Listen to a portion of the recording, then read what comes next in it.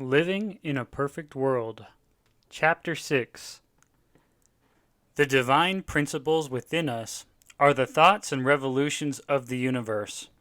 These each man should follow and correct the courses of the head, which were corrupted at our birth, and by learning the harmonies and revolutions of the universe, should assimilate the thinking being to the thought, renewing his original nature, and having assimilated them, should attain to that perfect life which was set before mankind, both for the present and the future. Plato. 1. The perfect world exhibits the opposite of our current world. During our current lifetime upon this earth, most of us long for world peace, good health, the elimination of world hunger, poverty, and desperation, and safety from all types of harm, that caused from the forces of nature as well as that caused by other humans. We long to be secure in our personal relationships and to be valued by others for our individuality. This longing comes from our desire to create experiences in our current world that align with the memories stored in our essence.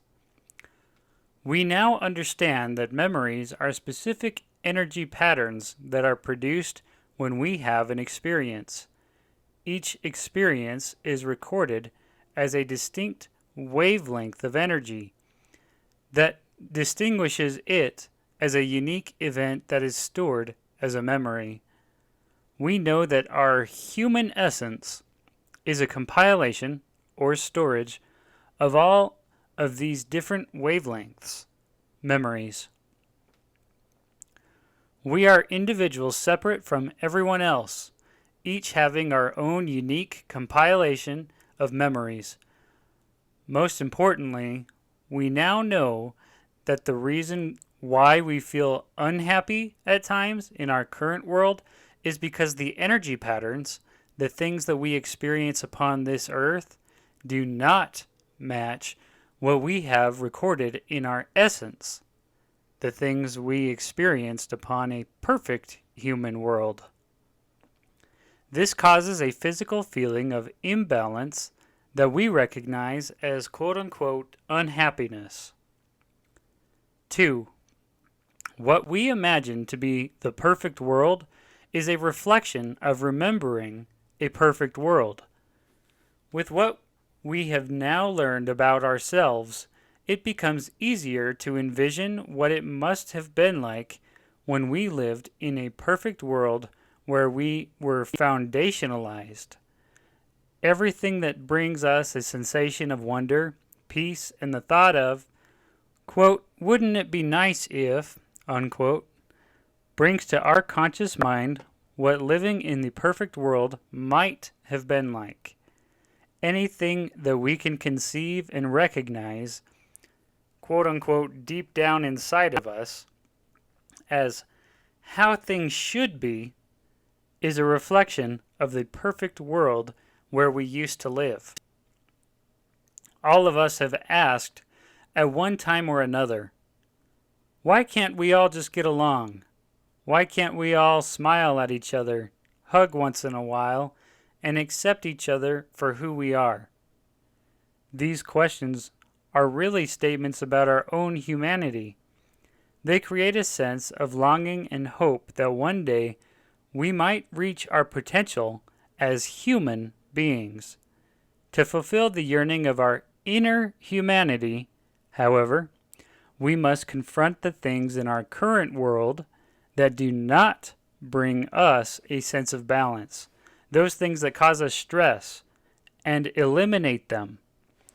We can imagine a world of peace and order where none of us experiences stress and can wish that it existed.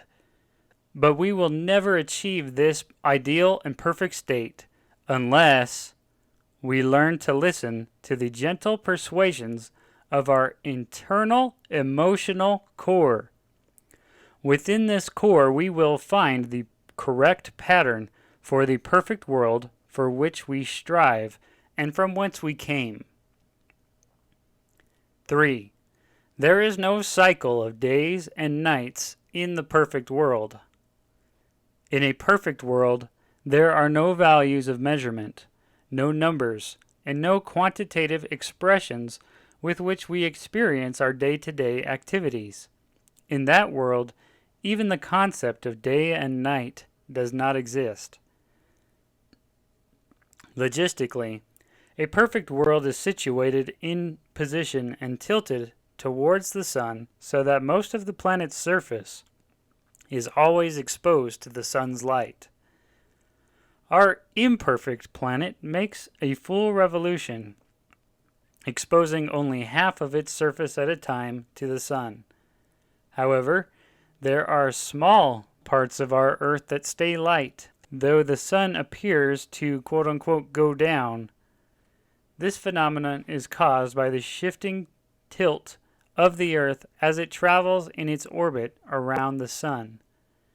In contrast, as a perfect planet revolves, it simultaneously tilts appropriately along with its rotation to keep the greater majority of the planet's surface always in the light.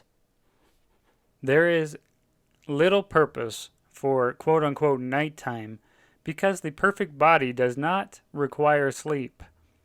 Our eyes need light to produce an experience. Therefore, of what use would there be for a place where no light existed for half of the time? There is always an area on a perfect planet, however, to where the habitants can travel to enjoy the beauty of the night and the experience that it creates. The small part of a perfect world that is always in the dark can be compared to a planetarium of sorts, where one can go to look beyond our planet into the sky and observe the natural beauty of the wonderful lights to the rest of the universe. This natural planetarium provides the perfect view, and thus the perfect experience of a starlit night. We had this quote-unquote nighttime experience recorded in our essence when we were going through our foundationalization stage, living in a perfect world. For this very reason, only humans enjoy looking up at the clear night sky and watching the stars. We care because of what is stored in our essence. Other animals could care less.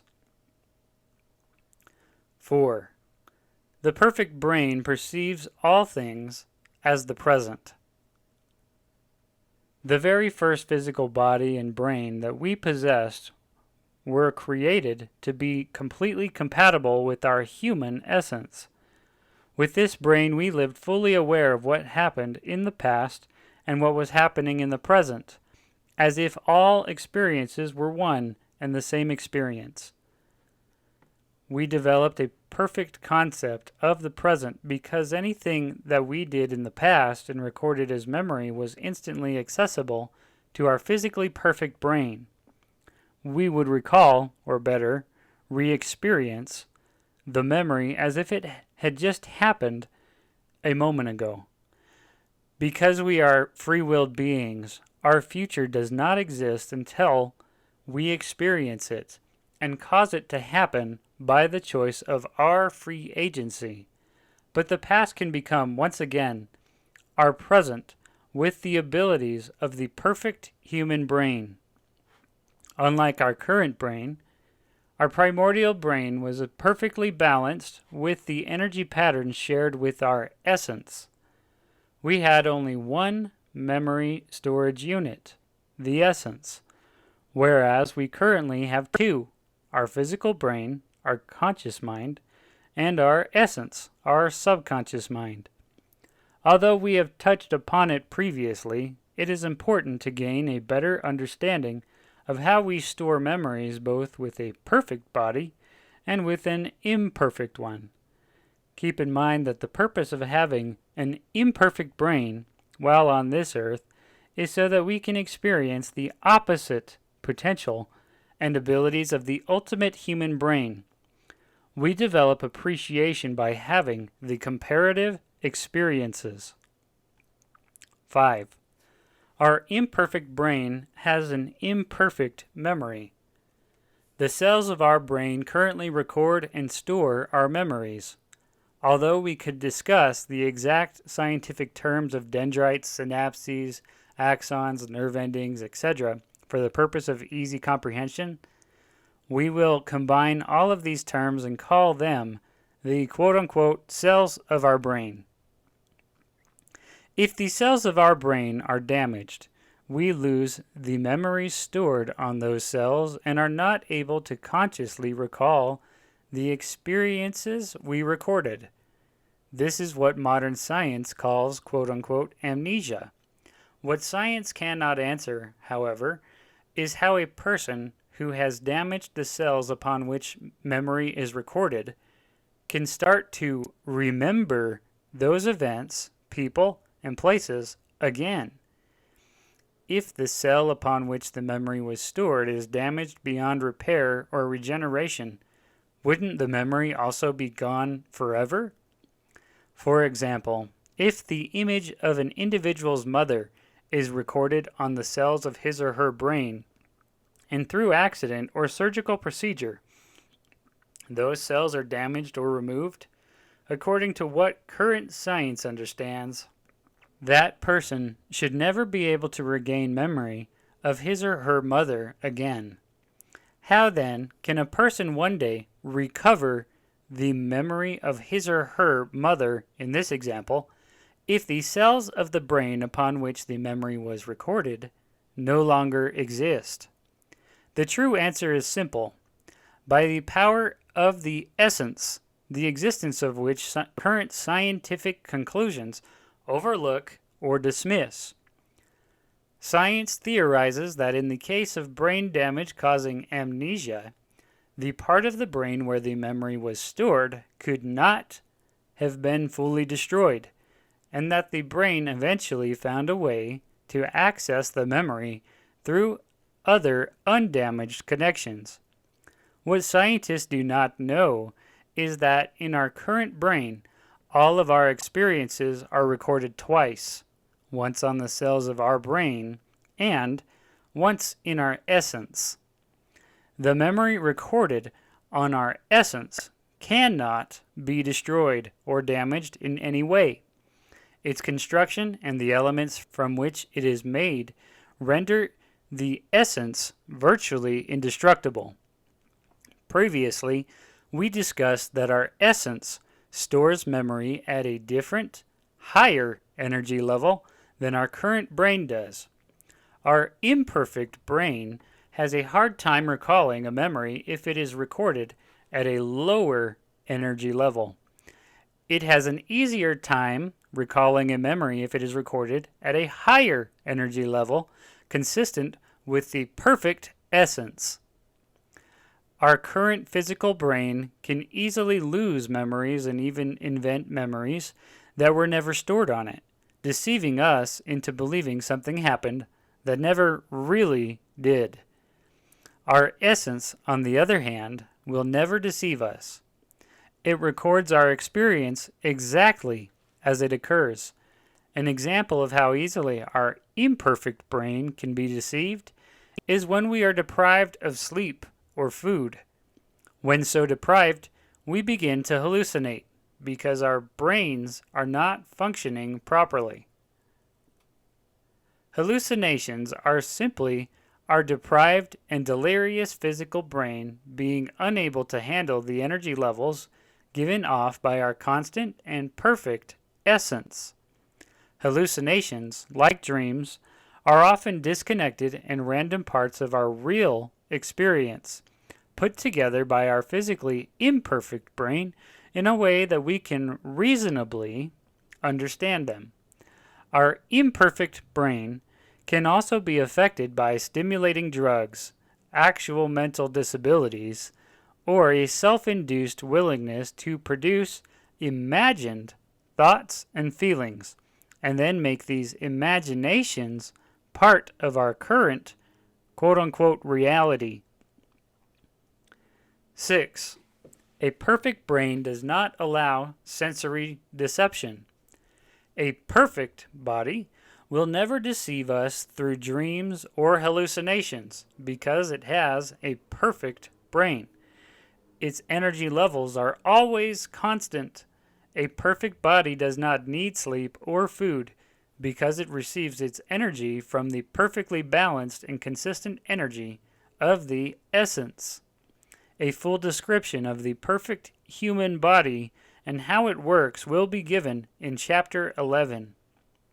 Again, the essence can be compared to an encased nuclear energy facility that provides itself with its own perpetual energy. The essence is the source of the energy needed to operate the perfect body. Food is not needed. Sleep is not needed. No outside energy is needed for the perfect human body. This can more easily be conceptualized by visualizing the essence as a generator that supplies a constant stream of energy to the brain and to the other parts of the body, each part performing its own specific function. Through sensory input, each function of the body adds to the sense of joy felt by the human being. Having its own source of perpetual energy, the perfect body does not need any outside source of energy. Taking this a step further, the essence provides the necessary energy that all the cells of the body need. Easily put, the entire construct of the perfect body is like a human being having a nuclear reactor inside one's head, one that provides all of the energy a person will ever require in order to live and act human. 7. An imperfect body creates discomfort. Our current bodies need food and sleep because they do not have their own source of energy. Although our essence is a part of us, our imperfect bodies were constructed purposefully so that they couldn't fully utilize its energy. In other words, our current bodies do not have the quote-unquote wiring to deliver the constant and perpetual energy of our essence. We are forced to take a variety of steps to provide the energy that we need. These quote-unquote forced steps do not add to the joy of being a human. We are forced to labor to plant, then labor to harvest, then labor to prepare, and then labor to chew and swallow. We then have to further labor to get rid of the excrement remaining from the parts of the food that our body cannot utilize for its energy. It's a laborious process that all of us wish we could eliminate. One need only consider how our imperfect body rids itself of excrement to understand the opposition of a joyful sensory experience. In this one necessary bodily function, we experience the exact opposite of what our senses enjoy smelling, seeing, tasting, touching, and hearing. We will one day laugh together as we recall how our imperfect bodies once expelled waste. 8. In the perfect world, we ate only for pleasure. If the perfect human body does not need to eat to survive and function, then what would be the use of eating the perfect foods grown in the perfect world? During our foundationalization, we ate only to experience the sensation it provided to our body. Taste is one of the ways a human body experiences joy. It is one of our sensory receptor systems, along with sight, sound, touch, and smell. These systems allow the outside environment to provide us with experiences that we recognize as enjoyable. As previously discussed, our sense of happiness was established in our foundationalization process, during which the ultimate human standard of what tastes good was set. Because of this, we are the only life form in the universe that eats purely for pleasure. This pleasure is the balance we reach when what we put into our mouth touches the receptors of our tongue and creates an energy transmission that conforms to the memory stored on our essence. These memories are what were stored when the first substances from our primordial environment came into contact with the taste buds of our perfect body. It would not be correct to call the first substances that foundationalized our sense of taste, quote-unquote, food. We currently view, quote-unquote, food as a source of energy for our body. In the perfect world, the substances we take into our mouths provide our taste buds with sensory pleasure, but we are not dependent upon them in order to survive. Although food will not be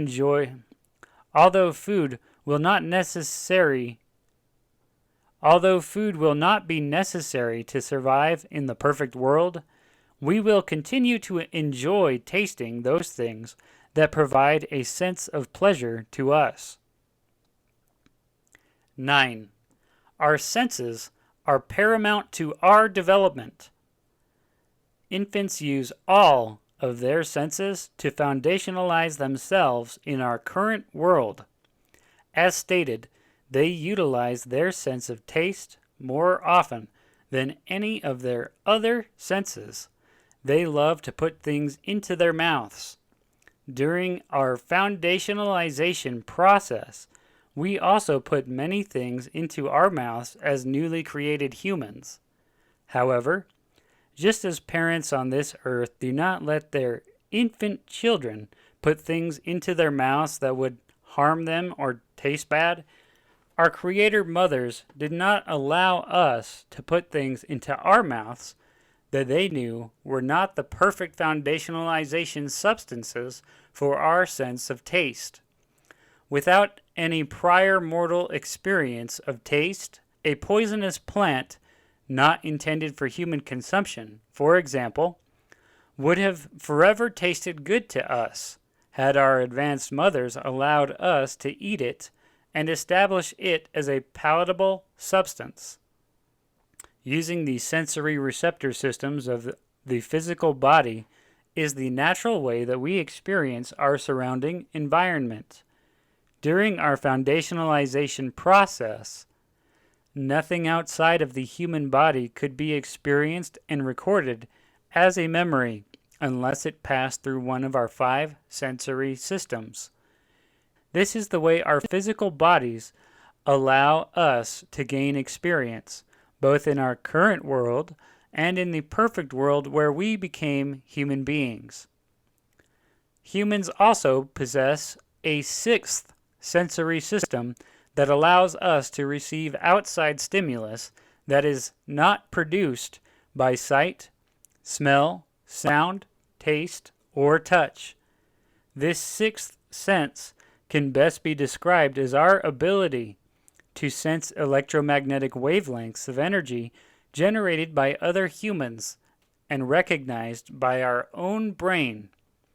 This is how we sense quote-unquote feelings or emotions of another person without seeing, smelling, touching, hearing, or tasting them.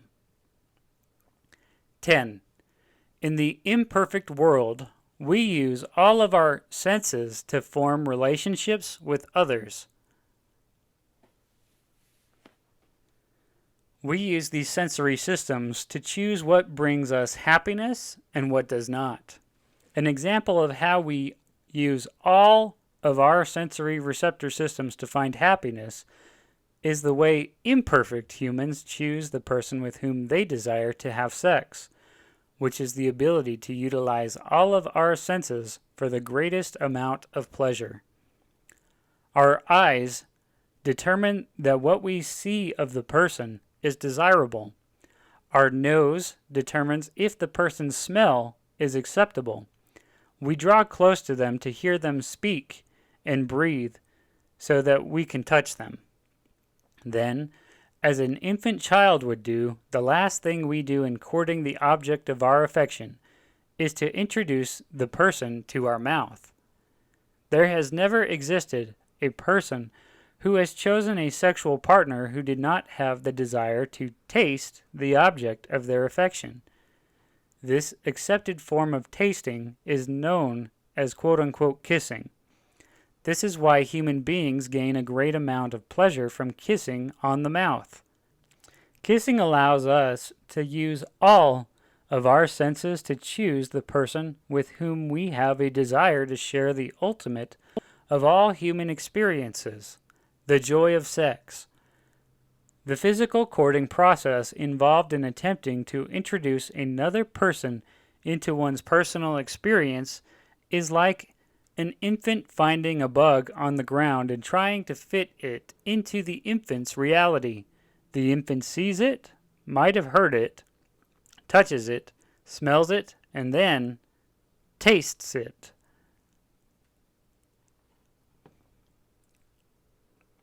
(11) Mortal quote-unquote love did not exist in the perfect world. Now that we have mentioned how we find a person in our imperfect world to be the object of our affection, it is a good time to discuss quote-unquote love. Keep in mind that everything we experience in this imperfect world is the opposite of what we experienced in our foundationalization stage of development. Therefore, we need to understand how quote-unquote love affects us in an imperfect world. Quote-unquote love did not exist in our perfect world as we understand and experience it in our imperfect world. There was no word that was used in our communication that meant what quote-unquote love means to our current understanding. On this earth, quote-unquote love is a way we measure the effect that outside stimuli have on us. The more something makes us happy, the more we love it. Love cannot be part of our true perfect reality because it is not something that lasts, nor is it something that we can experience with one or more of our five senses. Although we can enjoy what we see, smell, touch, hear, and taste, the experience that our senses provide us is not actually quote-unquote love. In our imperfect state, love is the measure of the effectiveness of our senses to react with our environment to bring us happiness. Based on this understanding, feelings of compassion or empathy for another cannot be considered quote-unquote love. These quote-unquote feelings are examples of our ability to generate electromagnetic wavelengths of energy that can be felt by other humans, but have nothing to do with our physical senses. Our brain recognizes and senses these wavelengths of energy without actually seeing, smelling, touching, hearing, or tasting another person. These types of feelings cannot be equated with quote-unquote love because they do not bring us personal happiness. It is not enjoyable to recognize and sympathize with the unpleasant plight of another. And the reason these feelings do not bring us personal happiness or balance is because when we lived in a perfect world, there was no need to have compassion for or empathize with another. In our perfect world, everything was perfect. Therefore, because everything was in its perfected form, what measure of quote-unquote love could we have placed on anything we experienced there? Our foundationalization process established the standard of perfection for us, thereby eliminating any other standard of measurement by which we graded our experiences there.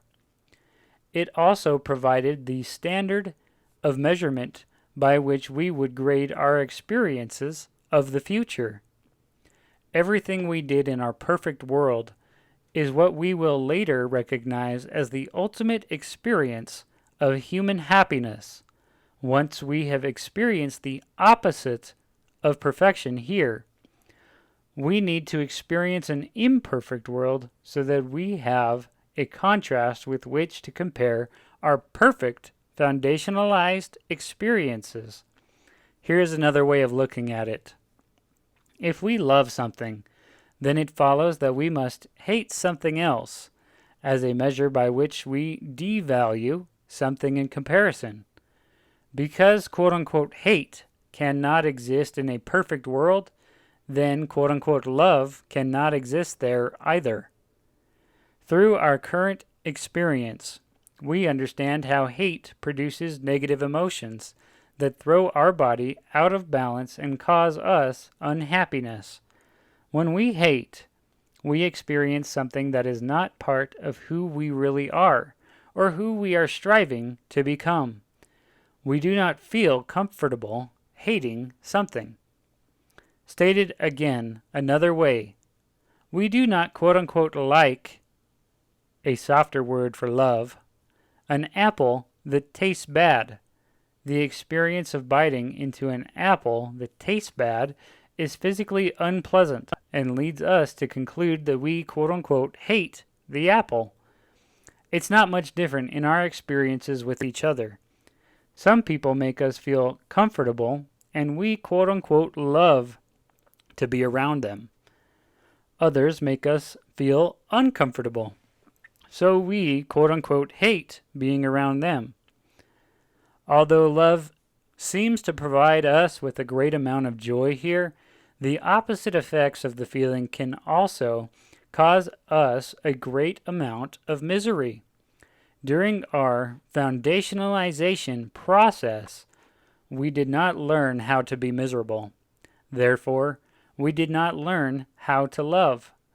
And although love seems to be a natural and beautiful expression of feelings in our imperfect world, when considered honestly, it is the value we place upon it that causes most of our emotional problems. Most of our mental frustrations are a cause of being disappointed by someone or something we value, love, or of losing personal value we once received from others. It is a known fact that many people who thought they were once quote-unquote in love with each other can develop a quote-unquote hate for one another that is just as strong as the quote-unquote love they once shared. 12. A perfect world is void of prejudices. In the perfect world, there were no personal relationships formed where we felt a measure, love or hate, of comfort that told us whether a relationship was healthy or not. We did not love to be around some people and hate being around others. We interacted with all people and used our free will to choose with whom we wanted to associate. This quote-unquote choice depended more on logistics than it did upon picking and choosing different people. The perfect world where we were created was large enough so that each of our mothers had their own home centralized with others in a location where their children were foundationalized. Therefore, naturally, we developed bonds of familiarity with those who spent most of their time near where we lived.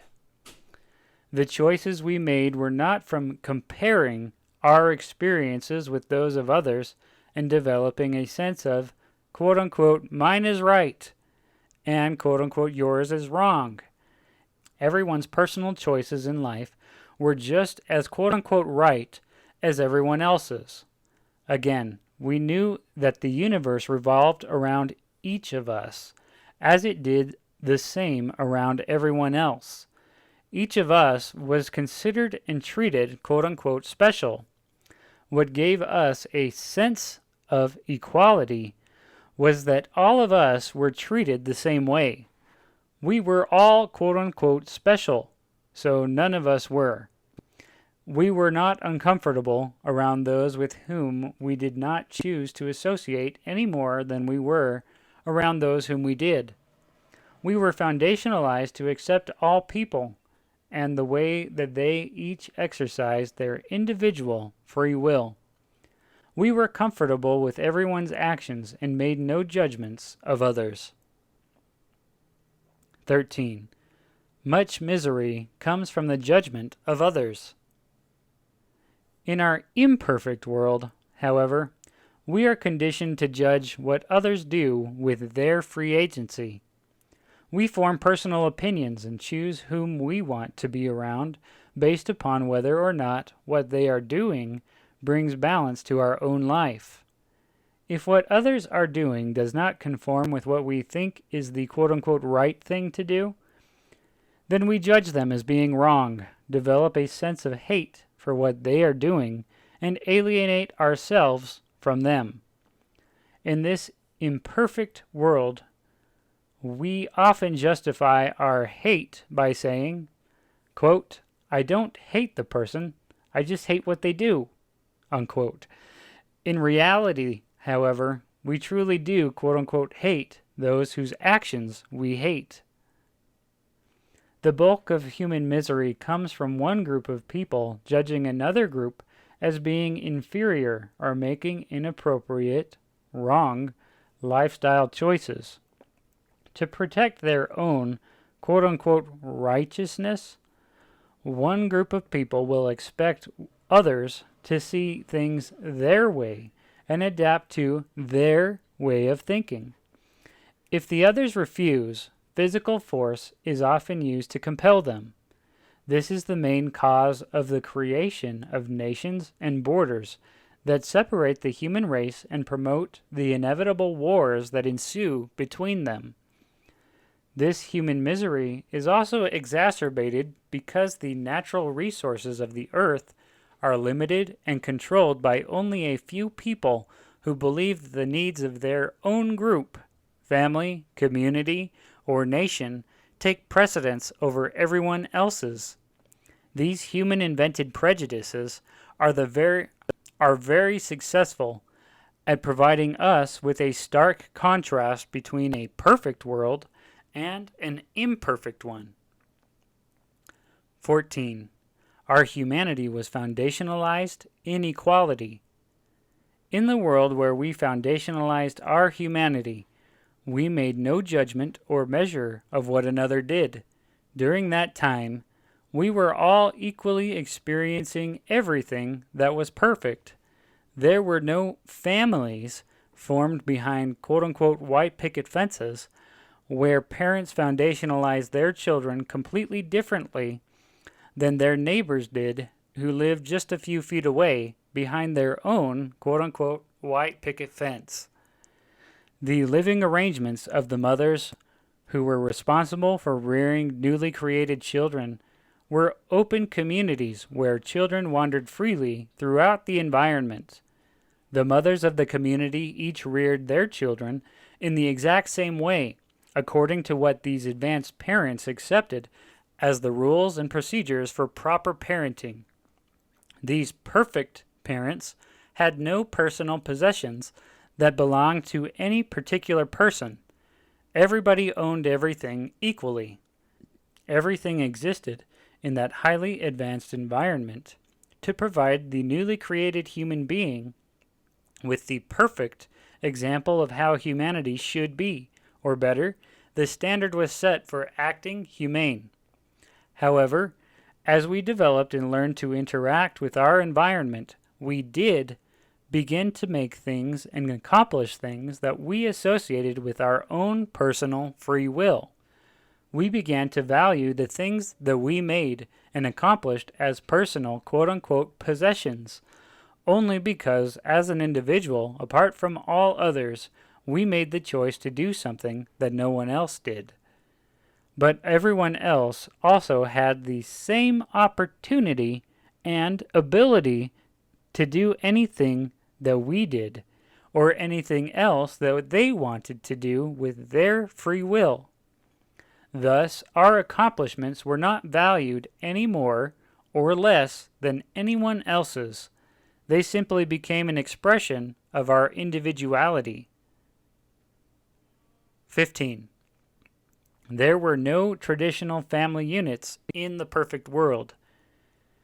Because we had no need to eat or sleep in this perfect state, there was no need to construct houses where eating and sleeping took place, which are the main purposes for individual housing units in our current world. During our foundationalization process, we were constantly engaged in exercising our free will in an open and completely equal environment. However, each advanced mother or partnership had their own domicile where they could isolate themselves, if desired, from all others and maintain their own individuality. The society in which we were foundationalized was the perfect form of a communal living arrangement. However, there was no need for communal houses or buildings in which we needed to congregate for any specific purpose of foundationalization. The technology existed that enabled us to experience anything we wanted whenever and wherever we found ourselves. The world itself was like an open community with no locked doors or closed businesses, where everything was available for the sake of developing individuality while associating closely with other humans. 16. Boredom does not exist in perfect worlds. Although we have already discussed the absence of time in a perfect world, because there is no day or night, it is almost impossible to completely understand the time frame in which we existed and developed in our primordial world. The best answer that can be given is that we existed there before we came here for as long as we needed to establish a perfect sense of humanity. There was plenty to do there. It was impossible to become bored living in the perfect world because we had no contrasting experience to be able to comprehend boredom. All of our experiences were new to us. Therefore, our limitless capacity to store these experiences eliminated boredom. In our imperfect bodies, we experience the feeling we associate with boredom when our freedom to act as we want is limited or restricted. But in a perfect world, we could do whatever, whenever we wanted, and we had an unlimited choice of things we could do. 17. Perfect mothers experience perfect quote-unquote births. As explained previously, our experiences in a perfect world were not categorized as a timeline of events where we recognized our experiences as the past, present, and future. We existed only in the present. Our advanced human brains kept all of our memories continually present in our minds as if everything that happened and was happening to us was taking place, quote-unquote, right now, in the present. To understand this better with the limited capacity of our current brains, we need to discuss how a newly created human being came into existence and experienced the foundationalization process on the quote-unquote day-by-day timeline with which we are familiar. Our current timeline on this earth started with our birth. So using our need to follow a timeline scenario to understand, the following is typical how a birth took place in a perfect human world. A mother who wanted to create a child stood anywhere upon the planet. She usually chose a place where she could be isolated by herself, either in her own home or alone surrounded by the natural beauty of the perfect world. With the power of her own thought, she visualized what she wanted the child's body to look like. She did this visualization by accessing the database of her own body, or what we would consider as her DNA patterns. From these familiar patterns, and having a perfect knowledge of what every one of her other children looked like, the mother chose what she wanted the new child to look like, what color of hair, eyes, skin, etc. No human child looked exactly the same. The mother then commanded the subatomic particles of matter, protons, neutrons, and electrons to create exactly what she was thinking. Everything was done by the energy provided from her own essence and the type of body, that of a creator, she possessed. The new body came together and materialized right in front of her. There was no need for embryonic development. The body was formed exactly how the mother chose it to be by the power of her thoughts. The body looked like an infant's body, but without a navel, a quote-unquote belly button, and without any sex organs or parts. There were also no or other major organs in the body, such as those required in an imperfect world to eat, digest, and eliminate food. There are no dirty diapers to change in a perfect world. 18. Advanced mothers organize the elements for our perfect bodies. To relate to how the advanced creation of a human body is possible, as just described, we need only compare it to our current technology. Worldwide access to wireless internet service demonstrates that a person can be anywhere in the world and, with a small handheld device, receive multiple downloads of a variety of different information. The human race upon this earth has only had this type of technology for a few decades, but each year, the ability to access different types of information becomes more and more advanced. Wireless transmission of information is accomplished unseen through the air by electromagnetic power, which, for all intents and purposes, is the power generated by the subatomic particles, protons, neutrons, and electrons, of all matter.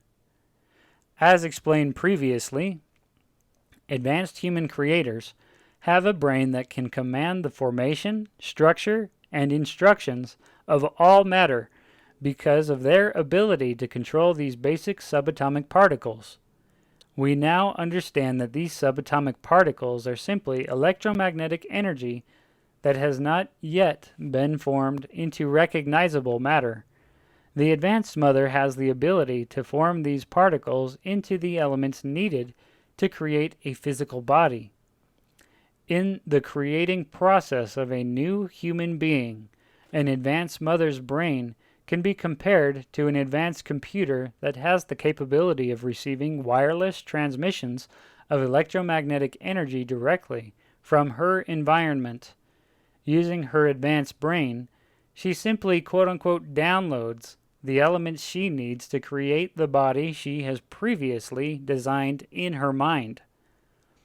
All of the elements needed to create the body come from the mother's ability to take protons, neutrons, and electrons, for want of an easier way to explain it, from her surrounding environment and form them into the necessary elements that make up the body. The electromagnetic energy needed to create the body comes from the power of her essence through her perfected,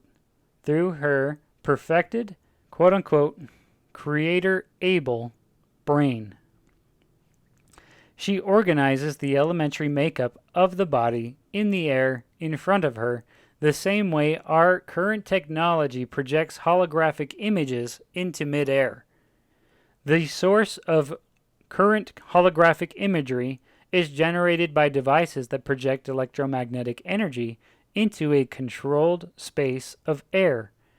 The device used in advanced holographic reality, which is far more superior than how current technology works, is the advanced human brain. The energy of thought generated through the perfect, quote-unquote, creator-able brain controls subatomic electromagnetic energy exactly how the person who produces the thought wants it to be controlled. Therefore, the body of the new human being is created in a matter of a moment with one thought. 19. Advanced parents oversee human development. With another thought burst of electromagnetic energy, The mother telepathically, quote unquote, dials the quote unquote number of the male whom she has chosen to provide the essence for the child. This is the way she informed the father of the creation of the body for his new child. The advanced male, the father, has agreed to take the responsibility, along with the mother, to ensure that the newly created human develops and becomes a perfect human being. These two advanced beings, male and female, ensure that the child has every opportunity to reach its full potential as a human being. Because of this responsibility, the parents stay in contact with the child and monitor its development throughout all the stages of its existence until it reaches full maturity and becomes an advanced, perfect human being like themselves. 20. Advanced parents are always connected with their newly created offspring. It is in the energy patterns created by the perfect physical body that the mother is provided with the ability to be continuously in touch with her child. Likewise, the creation of the essence allows the father the ability to keep track of his children by the energy each essence generates. In other words, the physical body of the child is connected genetically to the mother, and the essence is connected to the father. The father's brain is like a computer that stores infinite amounts of data.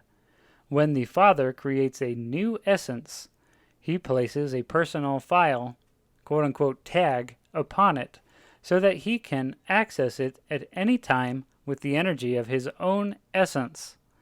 Each of our individual essences is quote-unquote tagged with a personal frequency of energy that is known and recognized by the Father who created it.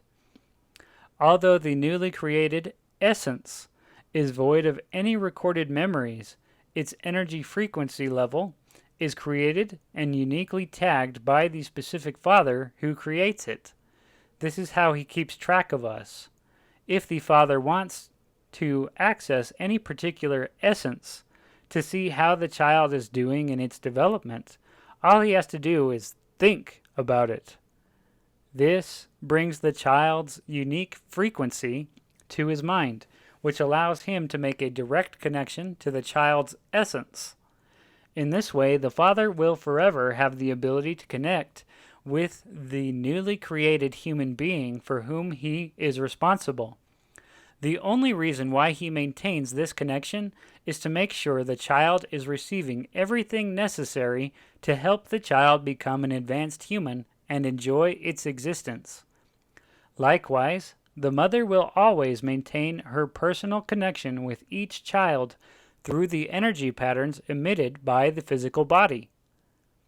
The mother has no direct connection with us while we live in an imperfect world. Once our essence was taken out of the body our advanced mothers created for us and placed in an imperfect body upon this earth, the direct connection was lost. This happens because the mother does not want direct insight to the pain, sorrow, misery, and suffering her children must go through during their necessary and important second stage of development in an imperfect world. What mother would? The Father, however, continues to maintain his direct connection with our essence. In this way, with the help of other advanced human beings, he can monitor our progression upon this earth in our quest to understand and appreciate our individual humanity type. Male creators, as well as those who help them, best referred to as angels, as previously explained, can access our essence at any time. They can put an essence into any particular imperfect body, being born anywhere in the world if, by doing so, it will enhance the individual's ability to succeed in understanding their humanity type. For example, some people upon the earth are poor, uneducated peasants who are forced to depend upon lives of crime in order to take care of their basic necessities. If someone spends their lifetime judging these quote-unquote life choices of another, then the one judging can be assured that after they die, their essence will later be directed to a body being born into a poverty-stricken, crime-laden community. The father has no problem seeing his children suffer if it means that they will learn the lessons of true humanity. 21. Our essence is uniquely tagged by the Father. Going back to our discussion on the creation of a new human being, the Father knows what frequency level to quote-unquote tag the new essence with based on the mother requesting it. Each mother has her own quote-unquote tag established between her and the Father. Although it does not happen exactly this way, here is an example of how the process works, according to our current ability to comprehend what takes place. If Mother A wants a new essence from Father A for her 265th child, then Father A tags the essence with an energy frequency level of AA 265. If Mother B wants a new essence for her 578th child from Father A, then Father A tags the essence with an energy frequency level of AB 578. Each mother has her own frequency level, and each of the bodies she produces for her children has its own frequency level. The mother and the new child's body are connected by the mother's frequency level because the patterns of the child's body came from the mother. She categorizes her children differently than the father, who is responsible for the children of many, many mothers. In this rudimentary example, each of us would be easily recognizable from each other by the frequency level tags given to us by our parents.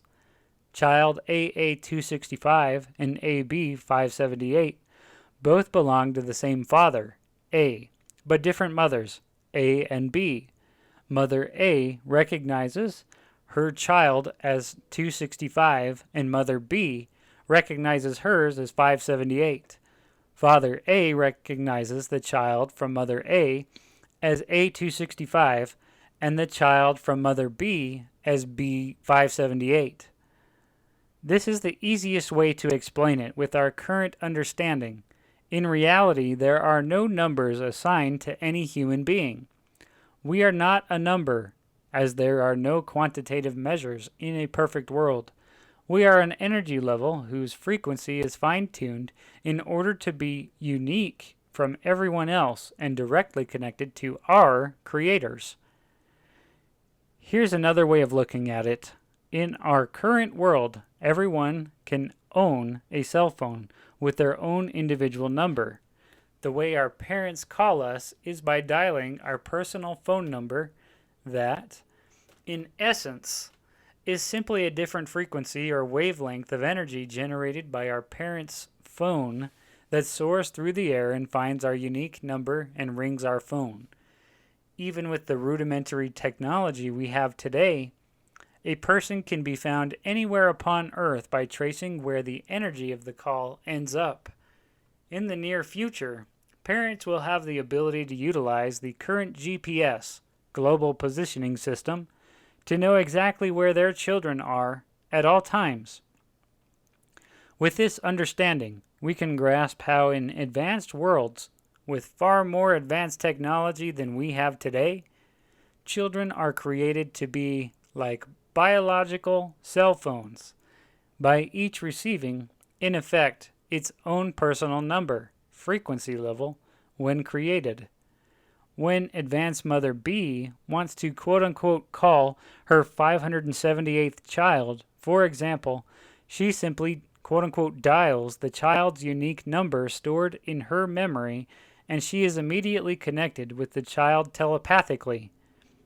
When she creates a new body, she is creating a new phone number that she records in the phone book stored on her essence. It's really that simple. The father has his own phone number for the child, which he assigns to the newly created human being when he creates its essence. The father also stores the phone number in the phone book in his essence and can telepathically access the essence of the child anytime he wishes. When he accesses the essence of his child, he will know all there is to know about the experiences the child is having. He does this by concentrating on and then accessing the energy levels stored as memories in the child's essence, much the same way he brings to mind his own memories.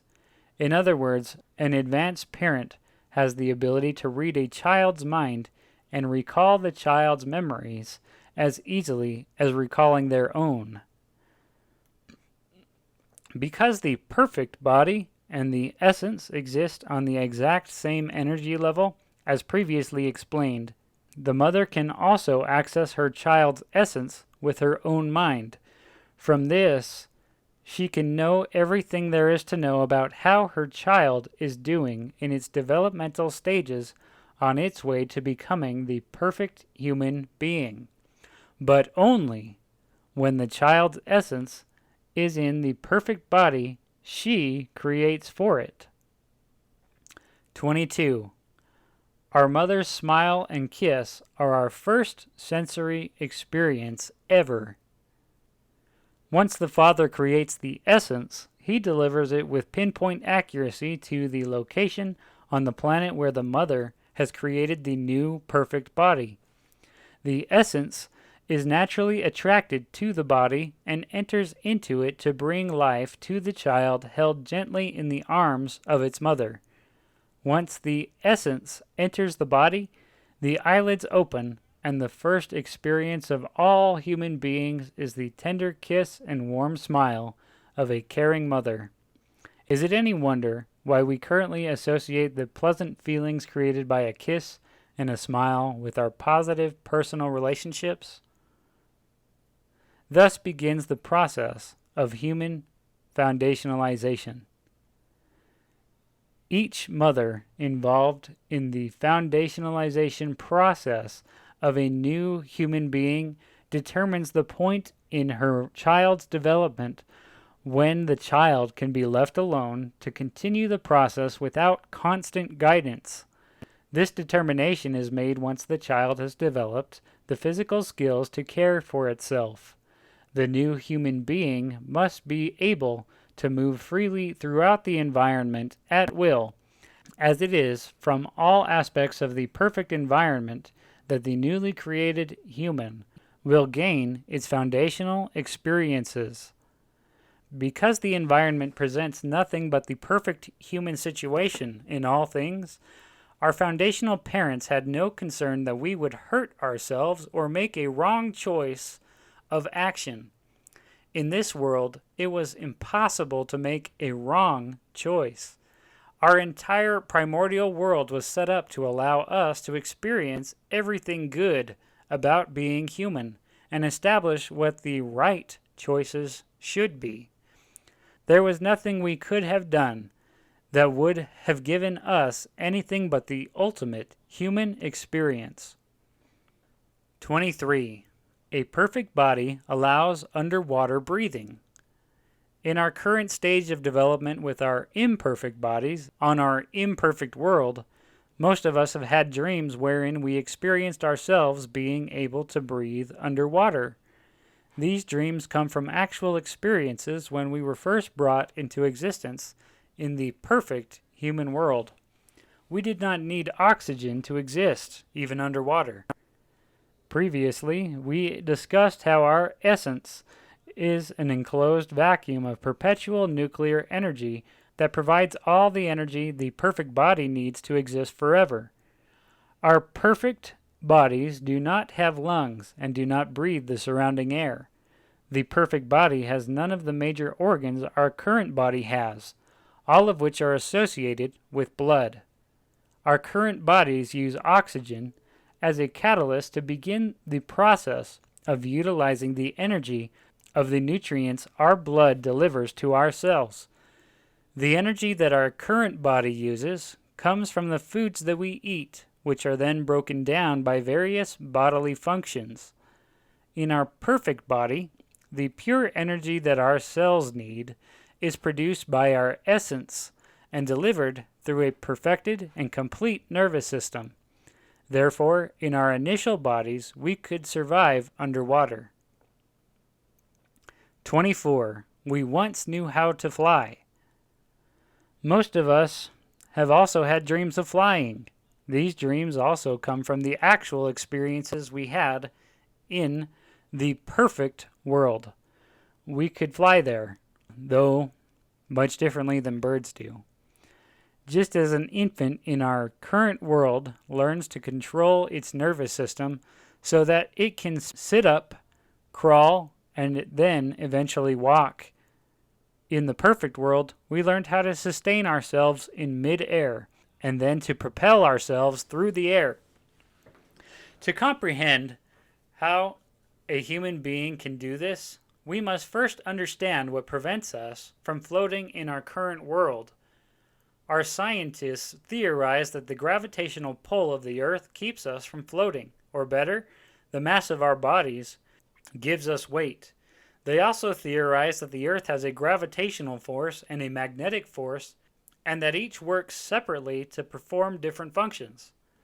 It would confuse us, as science often does, if we tried to explain all that science claims to know about gravity and magnetism and about how they each function. To understand what is really taking place with both forces, we only need to understand their basic powers.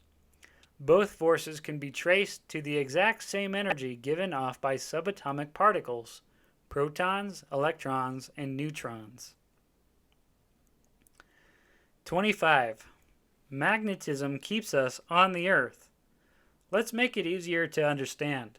If we take the positively charged end of a magnet and place it near the negatively charged end of another magnet, an invisible force causes them to come together and holds them tight. The same force that causes the opposite ends of magnets to come together is also the force behind gravity. The Earth can be compared to an enormous, positively charged magnet. All matter on the Earth's surface can be visualized as being negatively charged, each part of matter having a differing strength of negativity, which creates quote-unquote weight. This causes all things to stay stuck to the Earth. The further away we place the negative end of a magnet from the positive end of another, the less force there is pulling them together. Using this scenario then, each piece of matter upon the Earth has its own unique negative force. The greater the density of the subatomic particles from which the piece of matter is made, the greater the negative force. For example, the density of iron is much greater than the density of salt. Therefore, on the surface of the Earth, a 4-inch by 4-inch block of iron weighs much more than an equal-sized block of salt. But size, mass, and density are only indirectly related to weight. Contrary to current scientific postulations, the density of an object is directly related to its negative polarity, i.e., the greater the density, the greater its negative polarity, and hence the greater the negative polarity, the greater the weight. Thus, if object A, because of its greater density, has a greater negative polarity, charge, than object B, then A will weigh more than B if both are the same size. However, if one adds more of object B to the scale, then the negative polarity is increased, thus making it weigh more. Conversely, the weaker the negative force of the object because of its lesser density, the weaker the attraction, the pulling force, toward the positively charged core of the Earth. If we place the positive or negative ends of two different magnets next to each other, there is an invisible, repelling force that prevents them from touching. The stronger the repelling force, the greater the distance forced between them. 26. Our solar system is balanced by magnetism. On the scale of our solar system, the positively charged Earth is kept at a certain distance from the positively charged Sun and other positively charged planets based on the strength of their respective positive charges. For this reason, the Earth never gets any closer to the Sun or to any of the other planets than the distances established when the solar system was created. The Earth, as it is now, was designed to have an appropriate tilt of its axis and fluctuations in its energy charge. This allows us to come closer to the Sun at times so that we can experience the different seasons. Furthermore, the rotation of the Earth and its orbit around the Sun has all to do with its polarity in relation to the Sun and other planets. The planet's polarity is affected by the polarity of the moons that orbit each one. Each moon has a specific intended polarity that keeps the planet doing what it was intended to do by its advanced creators. If we want to see a change in the basic natural patterns of our Earth, all we would have to do is create another moon, or eliminate the one we have. Science has not identified one major cause of the weather changes, global warming, etc., currently taking place upon the Earth. These weather changes are largely being caused by all the metal, negatively charged, satellites and debris that humankind is forcing into the Earth's orbit. This is affecting the Earth's natural polarity and disrupting the perfectly balanced relationship between our Earth and its only moon. The advanced quote-unquote scientists who created our solar system knew what they wanted accomplished and how to do it. They understood the natural effects of polarity and utilized it for their own purposes. They knew how to create a human body that could be appropriately quote-unquote polarized by the mind to perform different functions of human propulsion. 27. We learn to walk, float, and fly. If we take a negatively charged magnet and touch it to a positively charged magnet, they will be stuck together. But if we change the polarity of the negative end to a positive charge, they will immediately be forced apart. Comparatively, our newly created bodies were negatively charged in relation to the positive charge of the planet on which we were created. Now here's the secret. The power of our essence can change the polarity of our perfect body. By the power of thought, our perfect body can become positively charged in relation to the surface of the planet, thus allowing our body to float away from the surface. The more force we put into the thought, the greater the magnetic resistance between our body and the ground, thus allowing us to navigate wherever we want. If we want to walk on the ground, we simply change the polarity of our body to a negative charge, and we will again be held to the ground until we use some form of energy to lift one foot and put it in front of the other, and then lift the other in a familiar quote-unquote walking motion. To propel ourselves through the air, we also use the power of thought. We possess the ability to change the polarity of our bodies not only in relation to the surface of the planet we were on, but also with the surrounding atmosphere. This change in polarity causes motion by creating a repelling and attracting force with respect to the elements that make up the atmosphere. Although the perfect world has an atmosphere that contains different elements than our current one, let's use oxygen and hydrogen in our example to explain how the perfect body can move through the air. Let's give oxygen a negative charge and hydrogen a positive charge. If our body is surrounded by oxygen and hydrogen elements, we need to first sense the presence of each, then change our body's polarity just enough to either repel us away from one of the elements or attract us towards the other. The propulsion, or rather, the changing of our body's polarity in relation to the surrounding elements, is caused by the power of thoughts generated by our essence. By the power and energy of our thoughts, we can change the position of the elements that surround us. Simply put, to move forward, we place negatively charged oxygen atoms behind us to repel our negative body away from them, and positively charged hydrogen atoms in front of us to attract our body towards them. A newly created infant learns to walk and float by the power of its essence. The coordination it takes to learn to control the polarity of the body takes time.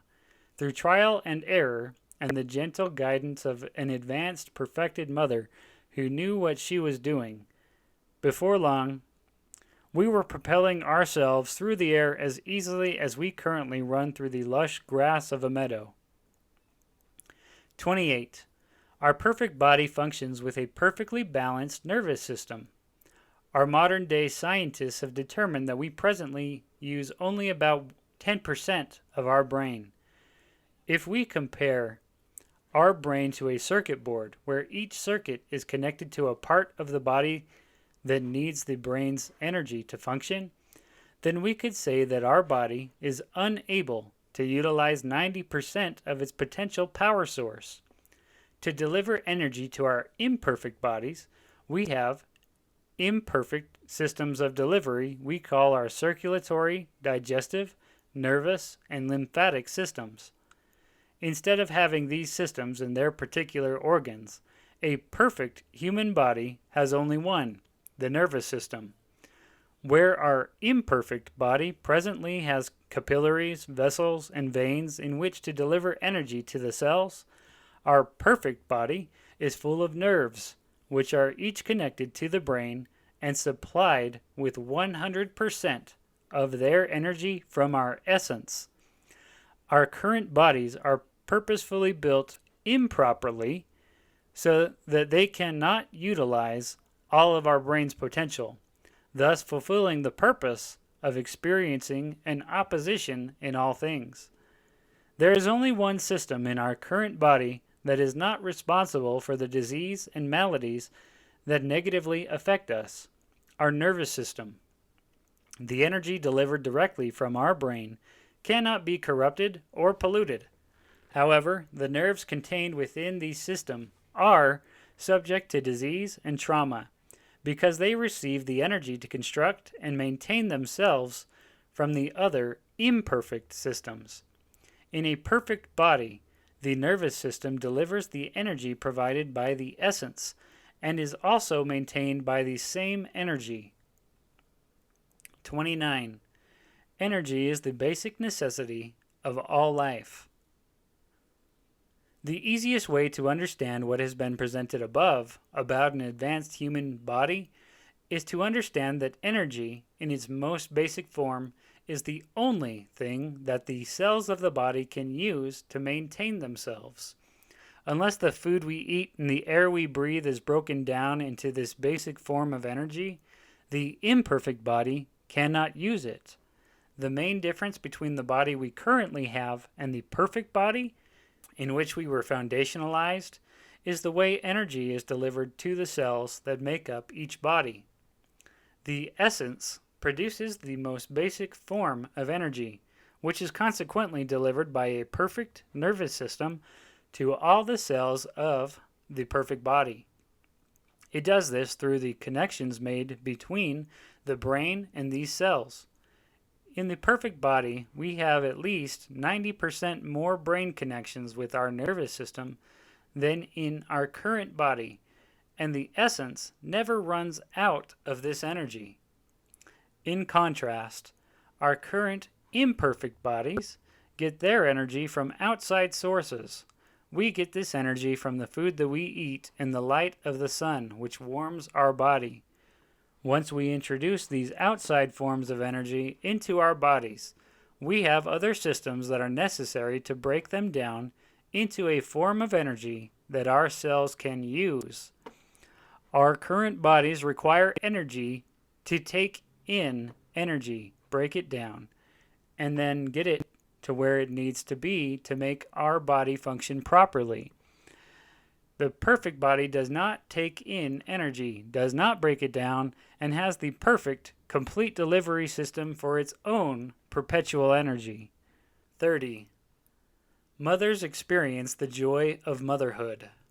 One might ask why advanced creators don't skip the developmental phases of the physical body and create mature adult bodies, which then could be foundationalized properly. The first reason is the choice a person makes to become a mother. Bonding with an infant, holding it close, watching it grow, and nurturing it provides a tremendous amount of joy to the mother. The perfect infant's body grows and develops in size much the same way our current imperfect bodies do. However, once the body has reached the normal size of most adults, the body stops growing and does not age any further. A mother wouldn't experience the same sense of joy rearing an adult child who looks exactly like she does, that she would otherwise experience if her child started out as an infant. More importantly, the infant phase cannot be skipped because it is the natural and most effective way to foundationalize a human being. When a newly created essence is placed in the body, the essence has no experience and no memory or pre-programming that would allow it to work properly with the body. The body has no functional memories that are necessary for the coordination needed for movement. Infants need the time to become familiar with their bodies and to learn motor skills gradually by creating an experience, memorizing it, then recalling the memory to make the action more smooth and stable. There is no other way. In contrast, most animals have been pre-programmed with the coordination they need to move and act as an adult shortly after birth. This is another very significant proof that human beings are much different from all animals. Although there are animals whose newly born young are just as vulnerable as newborn human infants are, the animal parents have been pre-programmed with the strength and ability to protect their newborns from the surrounding environment. In our imperfect world, a human parent can be as vulnerable as the infant. We have no pre-programmed knowledge of how to care for our offspring. If we existed in our current environment with only the things that nature has provided for us, we would not be successful as a species. No human male has the innate ability or natural strength to protect his offspring from predators or the natural environment. The only way human fathers or mothers can protect themselves or their offspring is for them to change their natural environment by using their ability to reason. We do not have fur. We need clothes and shelter. We do not have the teeth, claws, strength, speed, or repugnant smells or poisons that would protect us from predators. We need weapons. We need the energy and ability of our unique essence to help us be successful at rearing children. This is the case in our imperfect world, but it is not so in a perfect world. 31. In a perfect world, everything exists for the sake of human beings. Everything about the natural environment of the perfect world is about supporting the life of a human being. As mentioned, the plants and animals that exist in this type of world exist for the sake of the human being. The law of quote-unquote survival of the fittest is not the quote-unquote law of the jungle because there are no quote-unquote strong and there are no quote-unquote weak. We exist in these perfect worlds to take advantage of being human. The advantage we have over every other life form in the universe is that no one can tell us what to do. We are left to ourselves to do whatever we want, because the perfect environment is structured around providing us with the ultimate human experience. There is nothing that exists in this environment that does not do just that. As we learn to use our physical body, we gain the ability to transport ourselves from one place to another. There are no cars to run over us, no steps to fall down, and no obstructions to our ability to exercise our free will and to do whatever our heart desires. A newly created child is allowed to wander anywhere it chooses. There are no expectations placed on the child by its mother of what it should be doing and when it should do it. The child exists for itself, not for the mother. The mother gains great joy in seeing her child develop into an individual by using its free agency to do things in ways different from any of her other children. A perfect mother could never become bored from watching the use of free will in the development of her children. Because the human essence is not pre-programmed, the mother has no idea what the child is going to do with its new body or what type of human being it will choose to become. Part of the joy of being a mother is in the surprise of each new action. 32.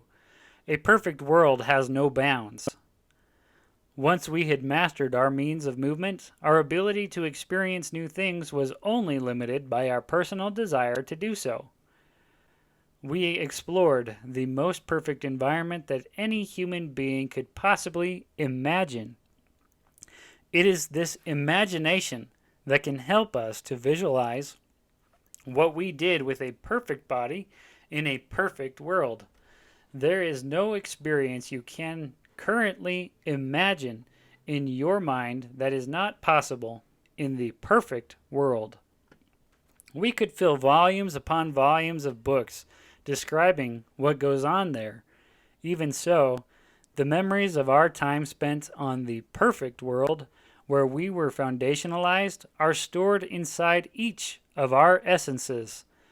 All we have to do is use our imagination. Nothing is impossible.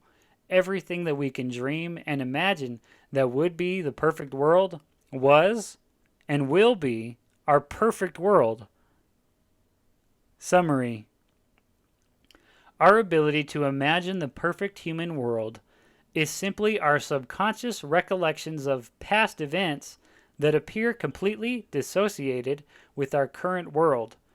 What we can imagine our human world to be is a direct connection to the experiences we had in the perfect world where we were created.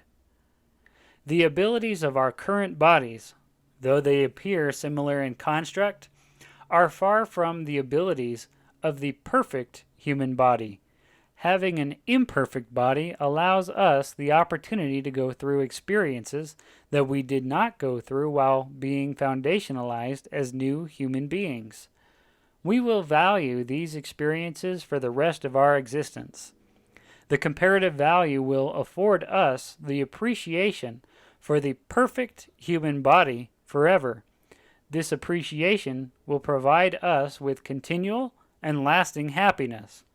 Our primordial advanced parents are directly responsible for our existence as well as for our happiness. They are connected to us so that they can fulfill their responsibility towards us. We can live confident that in all that we experience, they are aware of our plight and will ensure that, in the end, we have what they have: everlasting happiness.